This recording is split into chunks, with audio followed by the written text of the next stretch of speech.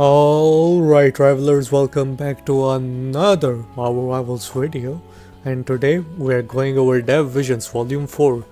Now this has just come out, I've already seen it, and this has some exciting news in it, starting with, well, let's just get straight into it. I'm super excited for this, so yeah.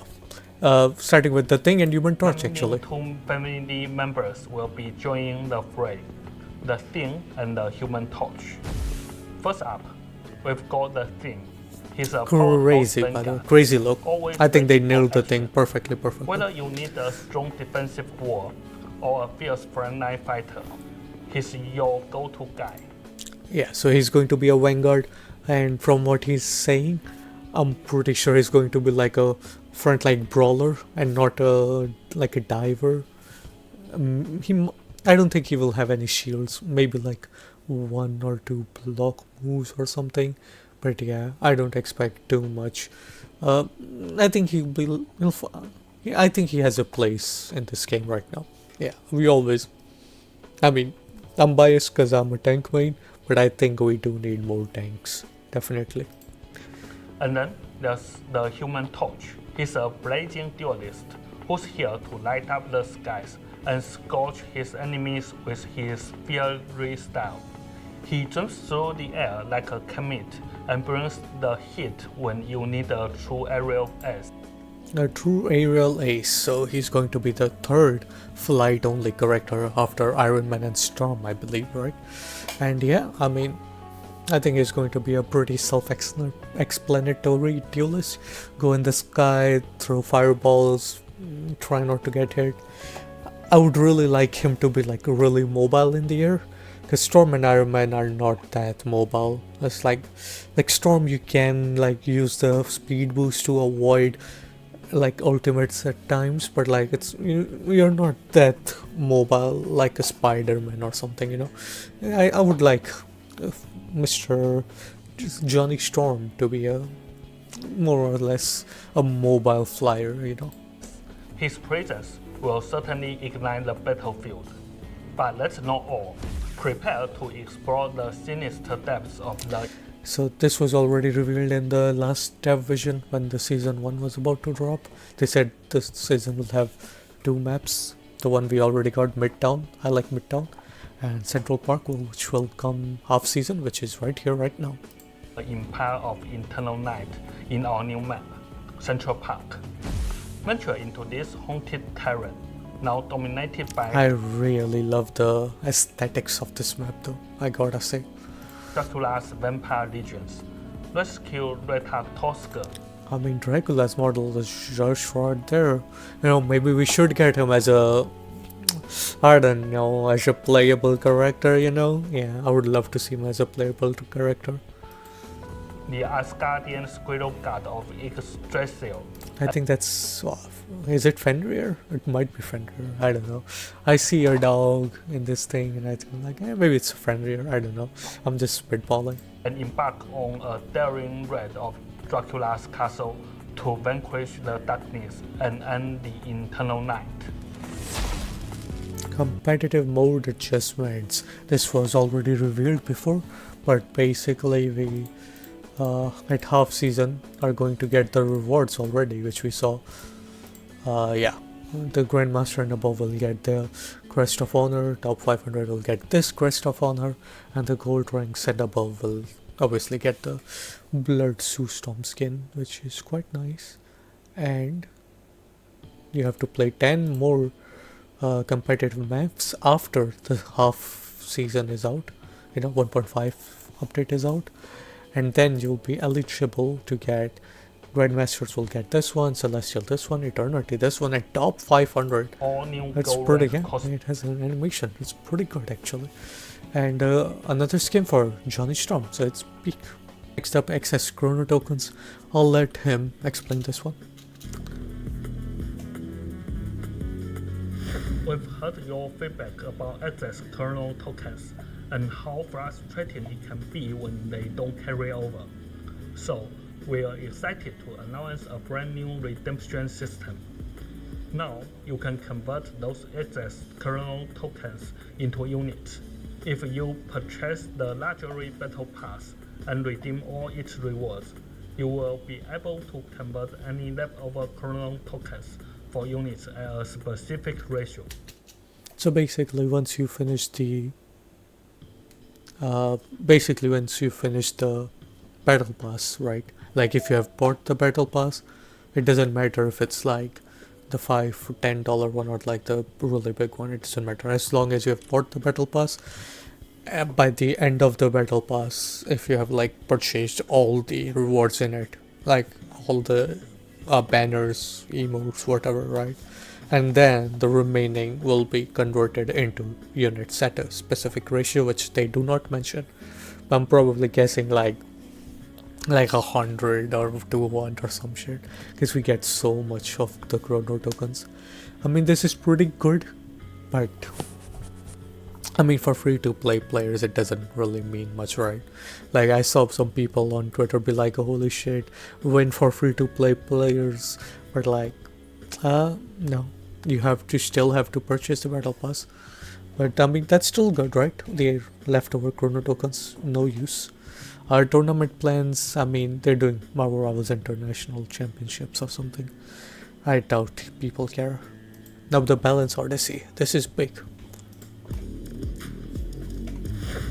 First off, let's talk about the journey we have had so far. The first half of Season 1 has given us some thrilling changes compared to Season 0.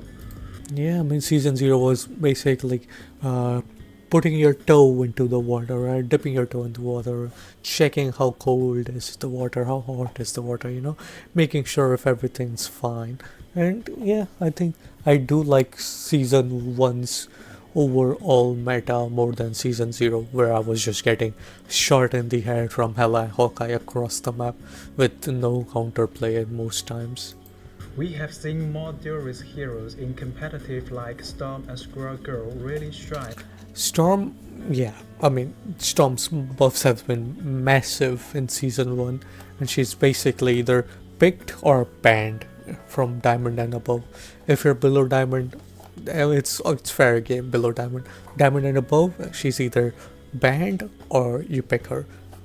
Squirrel Girl, I haven't, I mean, I don't see Squirrel Girl that much, but I mean, if they say she's really shining, oh, well, maybe she is. I mean, we got the pick rate and win rates of all the characters.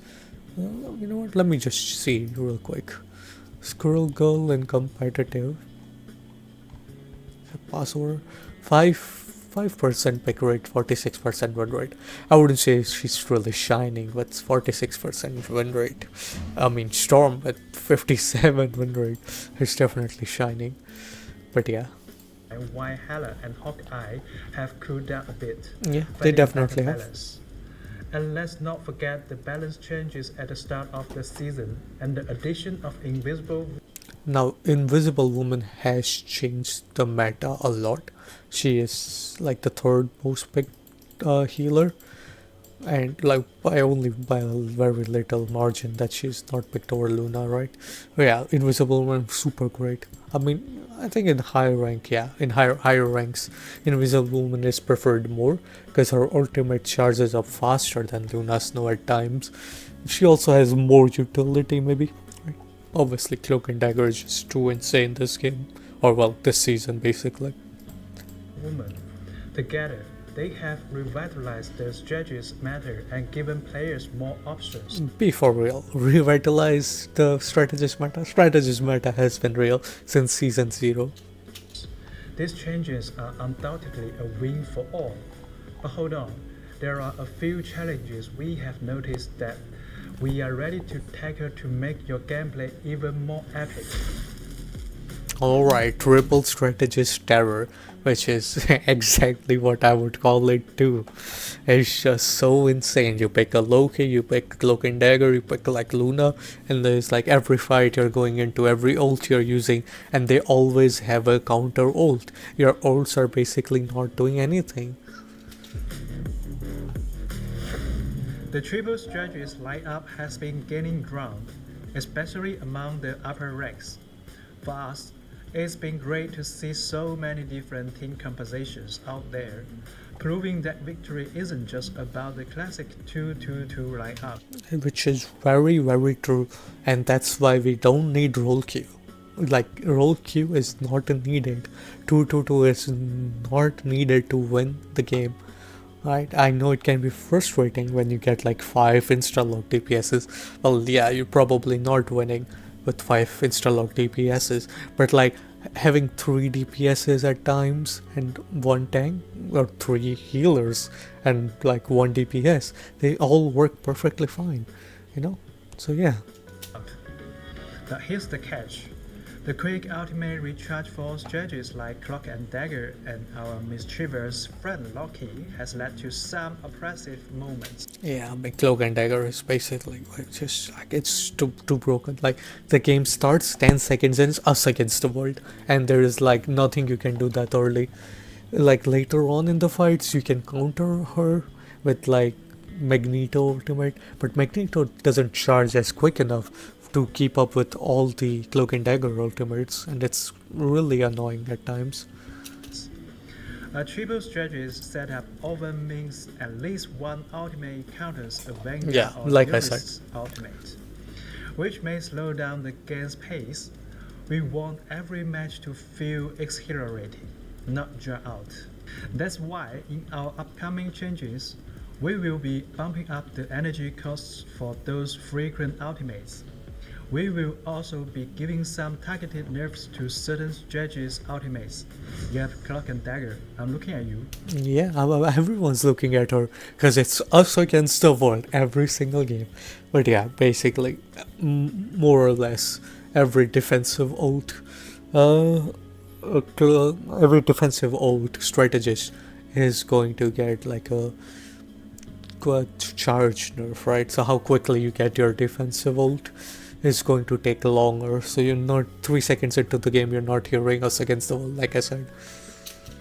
While reducing the ultimate energy costs of some of our vanguards and duelists, like Venom and Magic, making it easier for them to unleash their powers. Don't worry though, we are not trying to completely shatter that 3 strategies play. Which is peak. They understand nuances. You know, just because one meta is good doesn't mean you have to kill it to make a new meta. You just have to provide alternatives so people can pick and choose which team comp they want to run, what type of meta they want to run. You know, there doesn't need to be just one like best solution to every game. Depending on what they're running, you can change your team comp. Like you see through triple strategies now with the Venom buffs and Magic buffs, you know, diving heavy dives, you know, it's going to be peak because Namor counters Black Panther and Spider-Man really hard, but Venom can like more or less bypass that because he's not like trying to run away by walking, he just swings away, and with his like with 800 HP and at times it goes to 1000 and more, he can definitely take on what's his name, Namor and his squids basically, right? Getting his out faster would allow him to do more damage, be more threatening, so they can't just ignore the Venom in their backline, you know. So yeah, this is pretty good so far. Style, we are just looking to bring in more options for farm counterplays and amp up the excitement. Vanguard power shift, this is peak for us tank mates. Now, let's chat about Vanguards. Throughout the first half of Season 1, Doctor Strange and Magneto remain the most mainstream Vanguard choice. Yeah, I mean, I remember them saying like during the Season 1 update that they saw the first meta being like double shields and they're going to do something. They nerfed what's his name, Strange a little bit, and that didn't change anything. Strange is really like still, well, let's just say, is Strange the best Vanguard in the game? Yeah. Or most picked, or most, yeah, more or less, right? One of the Magneto and Strange are both like very cream of the crop. 32%, 37%. They like picked almost every other game in Celestial and above, right? Unless they get banned. I'm sure people have started banning them now. I wish they showed the ban rates of people as well, but yeah. Dominating the scene, whether it's a single or double shield lineup, these guys have been the go-to war soaking up damage and effectively resisting enemy damage pressure. And with the triple strategies lineup, enjoying enhanced survivability. But we want to shake things up a bit. Very needed shake up, right? Three really good strategies and a strange and or like a Magneto is just was so hard to kill them because Wolverine, a counter to this tank meta, right? Wolverine counters tanks, so you can never justify running 3 tanks or whatever, right? But he gets banned a lot and it's just like not it. We are planning to dial back the survivability of Doctor Strange and Magneto Yeah, to keep very things needed. interesting. Yeah, very strong. Plus, we will be boosting some of our movement tabs vanguards, and we are super excited to introduce our newest hero, the Thing. So he says movement types will be buffed and then he says the thing. So I'm guessing the thing is just going to be a movement type brawler, who's going to charge at the enemies. But instead of going for their backlines, I think he's going to charge at the front lines, I think like something like a Thor. Because Thor doesn't really go for the backline. He stays in the front, he brawls, and he can take on DPSs and any out of position strategist like that. Yeah, I think the things can do something very similar. Where Hulk kinda brawls, but he wants to like dive behind them with his jump. I think the thing won't want to dive behind them. Instead, to just like take care of the front line really, really nicely. Get ready for a fresh take on battle dynamics. Some much needed We terror have hero been adjustment. closely analyzing pick and win rates across all tiers, using battle data and battle rates for our top tier heroes. With all this information in hand, we are making some targeted adjustments to certain characters. For example, Storm is getting a moderate tweak to help her find the perfect balance again. Right, moderate tweak. What that means is that are not nerfing her to the ground, which is what other games do most of the time. When I used to play Valorant and Chamber was like really strong, and then a balance patch came out and he was worthless. Like it was just so sad, and I am excited that in Marvel Rivals that's not the way they wanna do the balance changes. Right, they will if someone is performing more than others, they will nerf them, but not to the ground. And there are some leaks on what the balance changes are, but I'm still waiting for the official ones because the leaks are always like beta stuff, which have not been officially confirmed. So yeah, we'll wait for the official ones basically.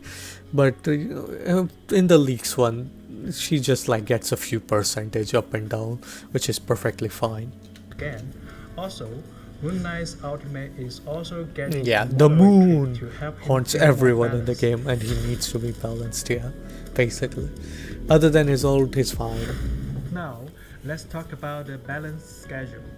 We know it's been a bit longer than we wanted, and that's made it tough to tackle some big issues this season. So, here's our plan. We are sticking to our overall balance adjustment schedule and rolling them out with our big updates for the first and second halves of each season. So what this means is, like most people predicted going into this game, that balance changes will come out at the start of a season and on the mid-season when the second character or the second half of the characters is going to be revealed. So whenever you see a new hero coming into the game, expect the new hero to bring in some balance changes with them, more or less. But they later explain here that we'll also keep an extra close eye, and if something as broken as like something really bad happens, then they will urgent issue is needed. They will like send it like a small quick balance update. I think it's because Moon Knight's ultimate was bugged. I'm not sure. I saw a lot of things about it that Moon Knight's ultimate used to do like an extra tick of damage as soon as it opened up or something, giving you no reaction time or something like that, right? I'm not exactly sure now. I've forgotten what it was, but basically it was bugged. And yeah, so if something is like that happening again, where it's very urgent, then they should now roll out update patch like quickly. And yeah, hero picks and win rates, always fun to look at these. So yeah, I suggest you guys go there and look at that. I think that's it for this one. Oh yeah, hide own name setting.